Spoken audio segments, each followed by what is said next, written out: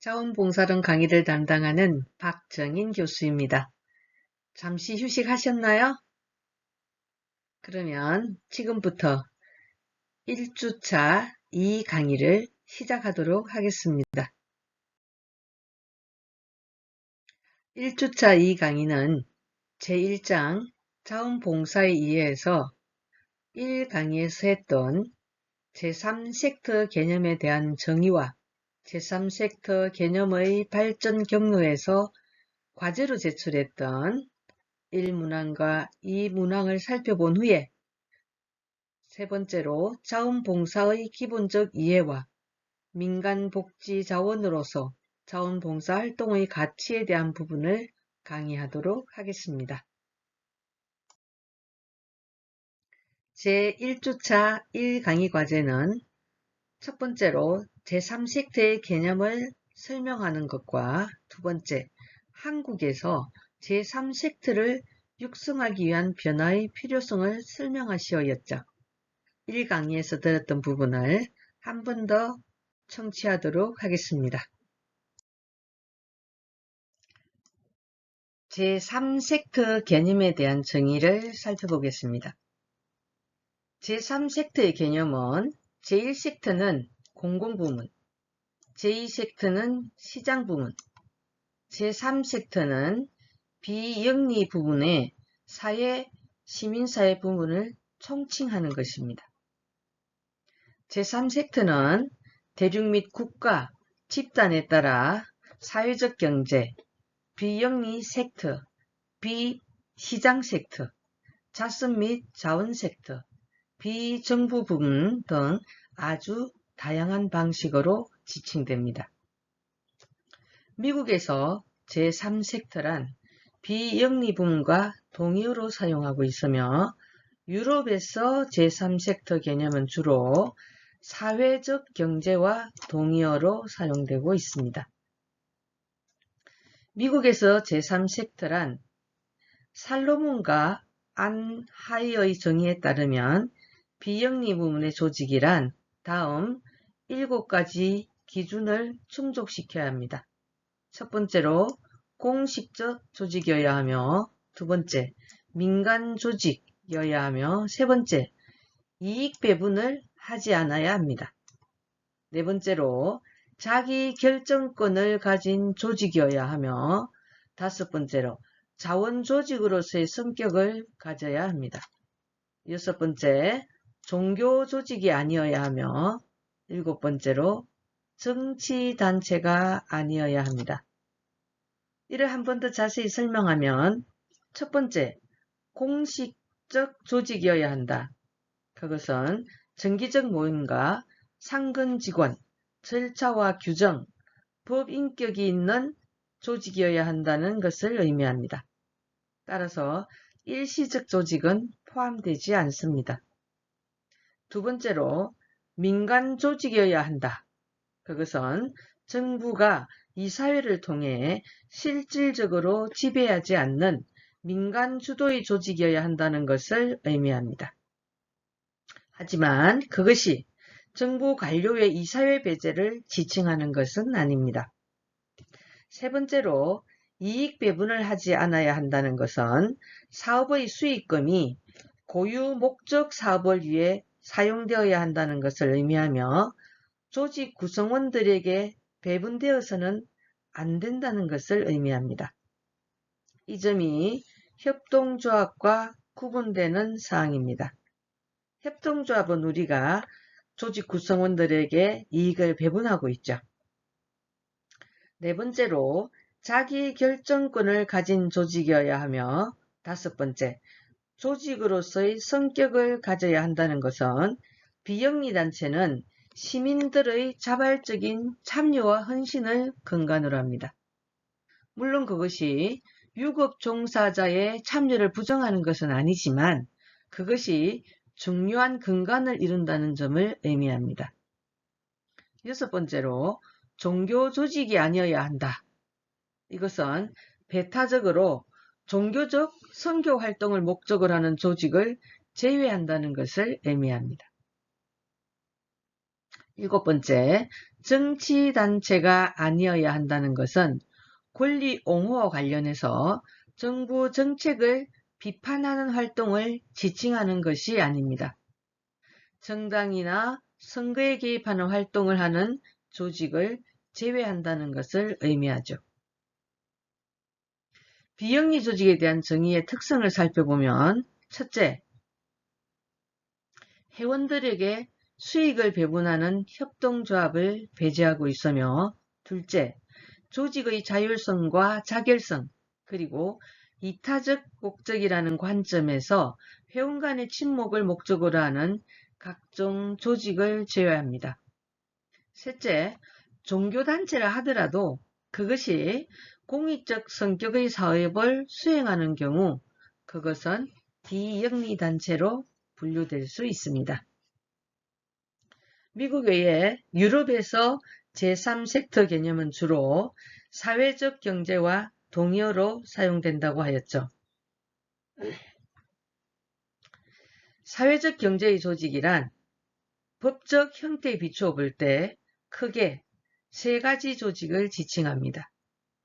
첫 번째로 비영리단체와 유사한 개념인 결사체 외에도 공제조합과 협동조합을 포괄하는 것을 말합니다. 두 번째로 최근 유럽 의회는 지역사회의 고용 창출, 사회적 배제, 극복, 사회통합의 제고 등을 기본 이념으로 유럽 사회 모델을 구축하는 핵심 구성 요소로서 사회적 경제 개념을 공식적으로 채택한 것을 말하고 있습니다. 이는 회원 간의 상조적 성격을 갖고 있으며 수익사업에 참여하는 공제조합과 협동조합은 비영리단체로 분류할 수 없는 조직입니다. 최근 유럽의회는 지역사회의 고용 창출, 사회적 배제 극복, 사회통합의 제고 등을 기본 이념으로 유럽 사회 모델을 구축하는 핵심 구성 요소로 사회적 경제 개념을 공식적으로 채택하였음을 의미하는 것입니다. 유럽이 사회적 경제 개념을 공식적으로 채택한 이유는 국가와 시장경제 그리고 시민사회의 경계를 명확하게 구분하는 미국과는 달리 경제 부문에서 연대성을 강조하고 이를 촉진하는 국가의 제도적 조절 기능을 중시하는 전통과 관계가 있습니다. 그리고 그것은 사회적 기업의 전 세계적 확산과 더불어 다시금 관심의 대상이 되고 있죠. 결국 제3섹터란 오늘날 유럽식 개념에 좀 더 근접한다고 볼 수 있겠습니다. 그것은 비영리적 성격을 갖는 의미에서 제3섹터에서 수익사업을 통해 영리 부문과의 접점이 넓어지고 있다는 점과도 관련이 있겠죠. 이는 제3섹터 개념이 국가나 시장에 속하지 않은 나머지 영역, 즉 제3섹터에서 활동하는 그의 대부분의 민간 부문 조직들을 포괄하게 된다는 것을 의미하는 것입니다. 제3섹터 개념은 민주적 의사결정과 관련해서 자주관리 방식부터 경영의 자율성을 증시하는 방식에 이르기까지 매우 광범위한 조직 형태를 포괄하며 수익 배분 방식에 있어서도 균등 배분 방식부터 성과에 따라 배분에 이르는 다양한 방식을 포괄하게 되는 것입니다. 이러한 시도는 프랑스의 경우 1999년대 후반부터 시작되었던 새로운 개념화를 통해 유럽 전역으로 확산되게 되었습니다. 따라서 한 번 더 설명하자면 제3섹터의 개념은 제1섹터는 공공부문, 제2섹터는 시장부문, 제3섹터는 비영리 부문의 시민사회 모든 부분을 총칭하는 것이라고 설명할 수 있습니다.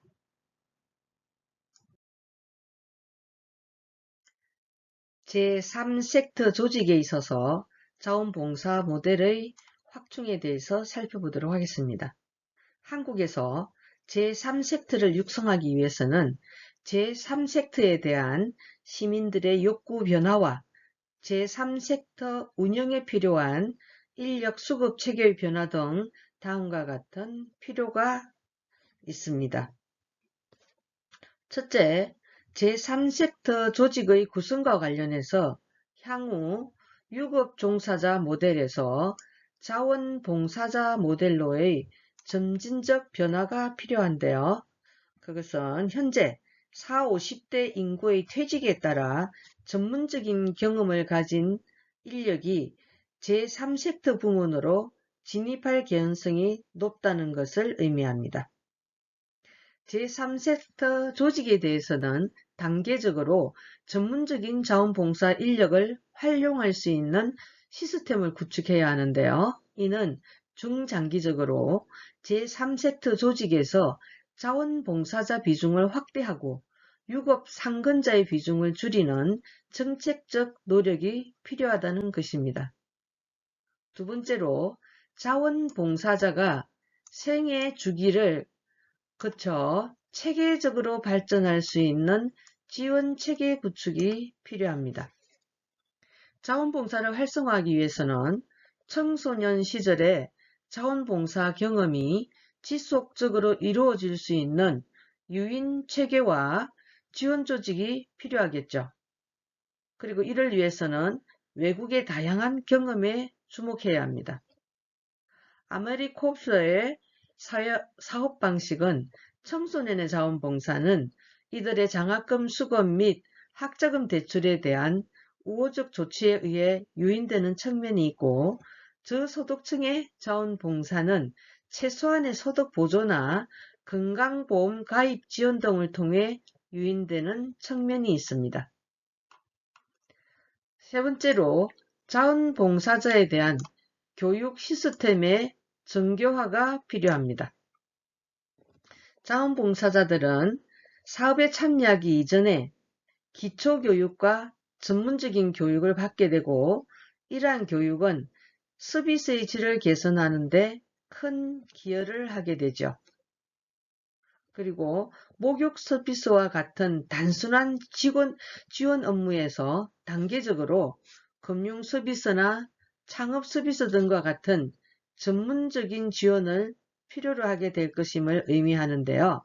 이러한 관점에서 제3섹터 조직 내부에서 이러한 교육을 담당할 수 있는 조직이 필요하겠죠.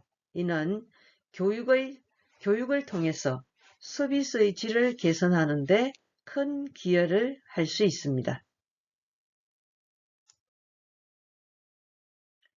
제3섹터 개념의 발전 경로에서 세 번째로 제3섹터 조직과 민간복지자원의 특성에 대해서 살펴보도록 하겠습니다.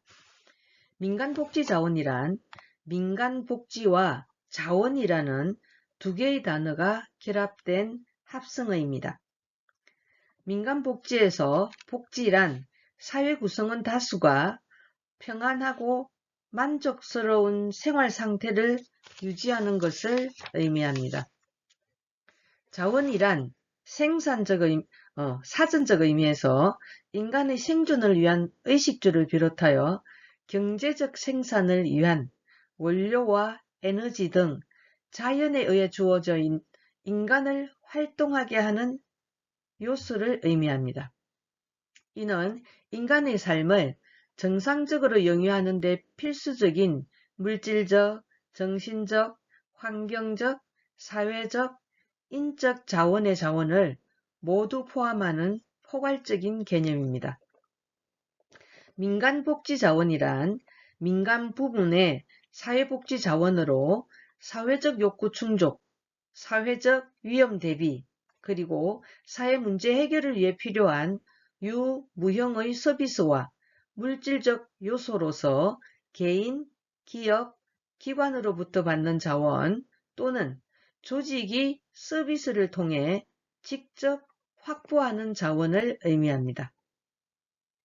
학자들의 민간복지 자원에 대한 개념 정의를 표에서 살펴볼까요?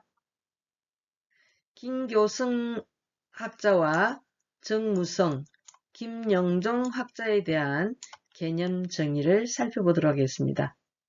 먼저 김교승은 민간복지자원의 개념을 민간 부문의 사회복지자원으로 사회적 욕구를 충족하는 것이라고 하였으며 사회적 위험 대비 사회문제 해결을 위해 필요한 유무형의 서비스와 물질적 요소라고 하였습니다. 정무성 학자는 민간복지자원의 개념을 민간자원의 지역사회복지협의체를 함께 포함하였으며 기부로서 개인 및 법인 공동 모금회를 통한다고 하였습니다. 자원봉사는 개인 및 기업 그리고 기업사회공헌, 민간 주도형 푸드뱅크 등을 포함한다고 하였습니다. 김영종 학자는 민간복지자원의 개념을 개인, 기업, 기관들로부터 받는 자원과 조직이 서비스를 통해 직접 확보하는 자원으로 후원금과 이용료 등을 포함하는 개념을 설명하였습니다.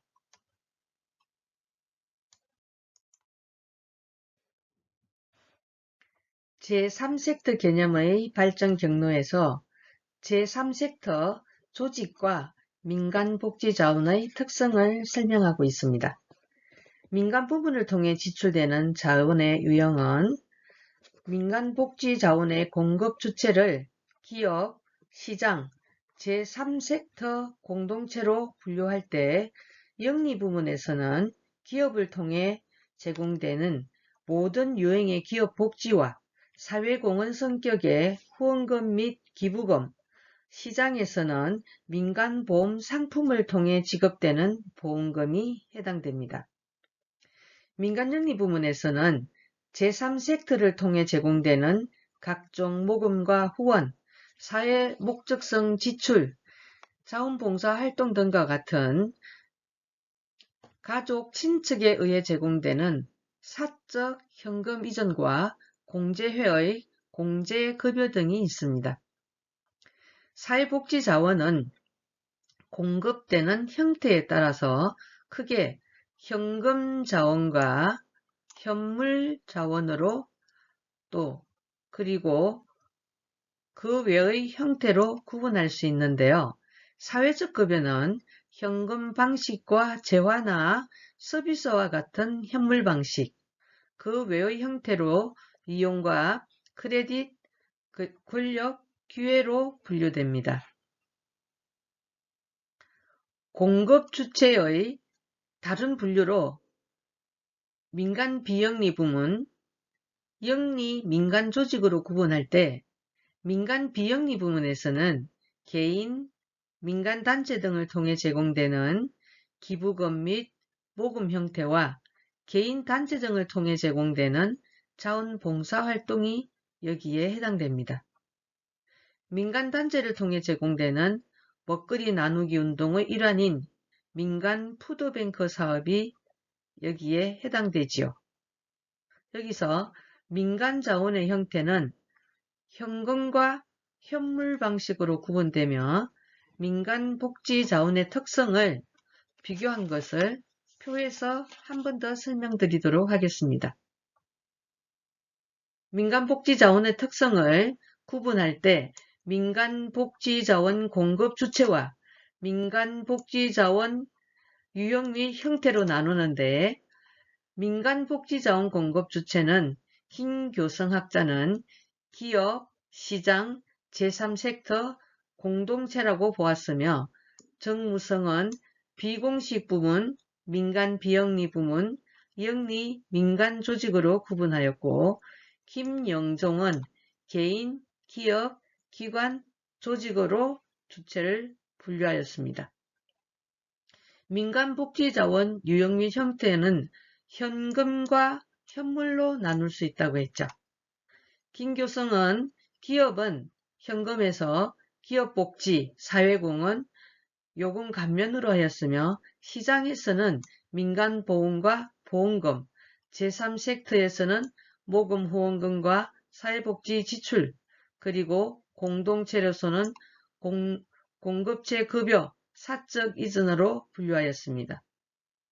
정무성은 민간복지자원 유형 및 형태에서 현금을 민간 비영리 부문에서는 개인 기부, 공동 모금으로 나누었으며 영리 민간 조직에서는 기업 기부, 기업 사회 공헌으로 분류하였습니다. 김영종은 민간복지자원 유형 및 형태에서 현금 부분을 개인 기업과 기관 자원으로서 후원금을 표현하였으며 조직이 서비스를 통한 확보 자원으로서는 이용료를 나누었습니다. 그리고 민간복지자원 유형 및 형태에서 현물 부분을 보면 김교성은 기업과 제3섹터의 현물 후원, 공동체의 자원봉사로 분류하였으며 정무성은 민간 비영리 부문의 개인과 단체, 자원봉사, 민간 주도형 푸드뱅크로 나누었으며 영리 민간 조직으로서는 기업, 자원봉사로 분류하였습니다. 김영종은 민간복지자원 유형 및 형태에서 현물 부분을 개인, 기업, 기관으로 나누었으며 자원은 후원 물품으로 분류하였습니다. 제1장 자원봉사 2에서 세 번째로 자원봉사의 기본적 이해 부분입니다. 자원봉사의 개념을 살펴보면 표준 국어 대사전에는 어떤 일을 대가 없이 자발적으로 참여하여 도움 또는 그런 활동이라고 나와 있습니다. 자원봉사자는 그럼 무엇인가? 표준 국어 대사전을 보면 어떤 일을 대가 없이 자발적으로 참여하여 돕는 사람이라고 합니다. 자원봉사자에 대해서 메리언 웨스트 사전에서는 대가를 지불받거나 자신의 양도 없이 재산의 양도 없이 서비스를 자발적으로 수행하거나 수행할 의사를 나타내는 사람을 말하며 자원봉사자에 대해서 미국 사회복지 사전에서는 개인, 집단, 지역사회에서 발생하고 있는 여러가지 사회 문제 영향을 예방하거나 개선하는 일에 종사하고 있는 공적, 사적 조직 내 서비스의 제공자라고 표현합니다. 그러면 자원봉사의 유래는 어디서 왔을까요? 볼룬티어라는 어원에서 라틴어의 자유의지, 볼룬타스에서 유래되었으며 영어로서는 위일인 라틴어 볼로와 자유의지 및 자발적 의지와 동일 맥락으로 볼 수 있습니다. 1600년경 중세 프랑스어 볼룬타이어의 군복무는 군복무에 자신을 바치는 자, 또 미국에서는 남북전쟁 전후 취약계층에 대한 인식과 노예제 반대의 근본 원인에 대해 성찰하였던 대각성 운동이 중요한 계기가 되었습니다. 나중에 후반부에서도 배우겠지만 19세기 이후 미국의 자원봉사단체가 결성이 확대되는 계기가 있었는데요. 1851년 YMCA, 1858년 YWCA, 1881년 미국 적십자 등의 설립이 있었으며 60년대에 보면 케네디 대통령의 미국 평화봉사단 창설, 1964년 존슨 대통령의 빈군과의 전쟁, 서스터 서버, 아메리칸 콥스와 같은 조직을 통한 자원봉사 운영은 자원봉사 확대에 중요한 기폭제로 작용되었습니다. 교재 20페이지에 나와 있는 자원봉사의 개념과 의미를 살펴볼까요? 자원봉사를 흔히 나비 효과에 비교하는데 작은 손길에서 시작한 봉사활동이 사회에 큰 변화를 불러올 수 있기 때문입니다. 나비 효과란 기상학의 가우스 이론에서 유래된 말로 나비의 작은 날개짓과 같은 미묘한 변화가 대기에 영향을 주고 시간이 갈수록 커져서 폭풍과 같은 거대한 날씨 변화를 일으키듯 시작은 작지만 그 결과는 크게 나타날 수 있다는 의미입니다. 자원봉사는 지역사회에서 나비 효과를 불러일으킬 수 있습니다. 자원봉사의 활동 영역은 이전에는 주로 사회복지활동에 관련된 조직이나 기관에서 무상으로 서비스를 제공하는 활동으로 파악하는 것이 일반적이었으나 최근에 와서는 사회복지 영역 위주의 활동뿐만 아니라 지역사회 전체의 복지 수준 향상에 기여하는 시민활동으로 그 외연이 확장되었다는 인식이 지배적입니다. 자원봉사를 수행하는 자원봉사자라는 개념은 영어의 볼룬티어를 번역한 것으로 라틴어의 볼룬타스, 자유의지에서 유래되었으며 볼로, 의지에서 파생된 단어입니다.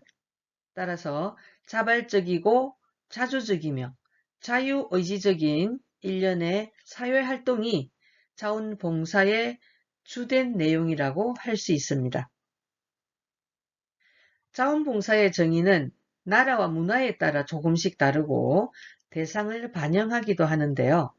자원봉사의 역사가 가장 오래된 영국에서는 자원봉사자를 자신이나 직접적인 가족이 아닌 다른 사람을 위하여 그 봉사활동에 대한 직접적인 보상을 받음이 없이, 그러니까 무보수를 얘기하는 거죠.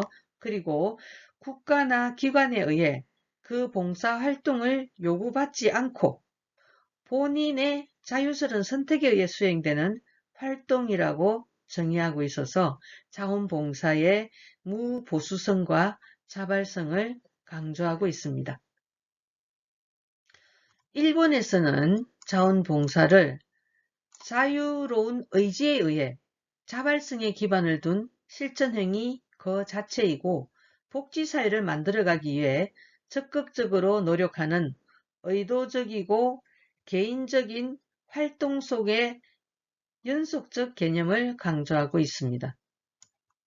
미국 사회사업협회에서는 자원봉사를 개인, 집단, 지역사회에서 발생하는 다양한 사회 문제의 악영향을 예방, 통제하고 개선하기 위하여 존재한다는 다양한 공적, 사적 조직의 활동에 보수 없이 자발적으로 참여하는 행위로 정의하고 있습니다.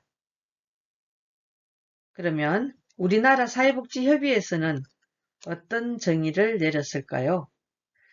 1987년도에 자원봉사활동에 대해서 사회 문제의 예방 및 해결 또는 국가의 공익사업을 수행하고 있는 공사의 공식 조직에 자발적으로 참여하여 비영리적 반대급부를 받지 않고서도 인간 존중의 정신과 민주주의 원칙에 입각하여 낯선 타인들을 상대로 필요한 서비스를 제공함으로써 사회의 공동선을 높이고 동시에 각 개인의 이타심의 표현을 통해 자기 실현을 성취하고자 하는 활동을 한국사회복지협의회에서는 정의하고 있습니다.